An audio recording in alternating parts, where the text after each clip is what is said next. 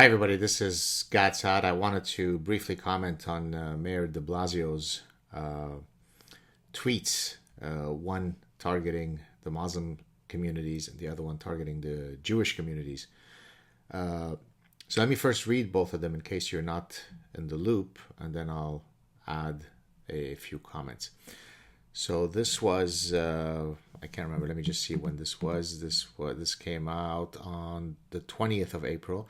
To the Muslim New Yorkers beginning their celebrations tonight who need halal meals, we have them across our 400 plus grab and go meal sites and are bringing hundreds of thousands more to the 32 sites most frequented by our Muslim communities. Go to, he gives a link for more. And then on the 28th of April, my message to the Jewish community and all communities is this simple. The time for warnings has passed. I have instructed the NYPD to proceed immediately to summons or even arrest those who gather in large groups. This is about stopping this disease and saving lives, period.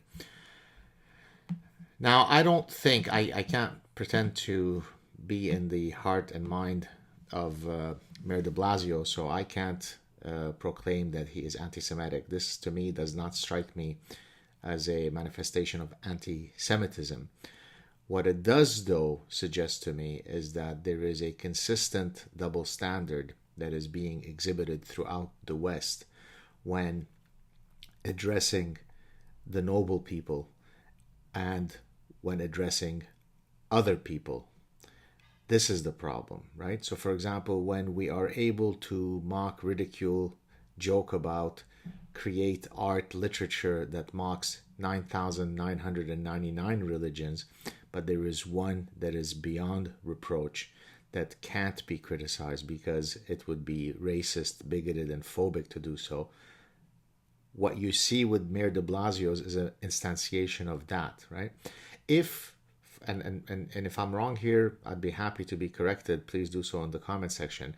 Had Mayor de Blasio sent out a tweet similar to the one that he sent out to the Muslim communities, but to all the other communities, he had sent one out to the Jewish community, to the Christians community, to the Hindu community, to the Buddhist community, and all other communities, saying, hey, here's where you can go to get your pick up and go foods, religiously sanctioned foods, then he'd be exhibiting the same altruism across different groups.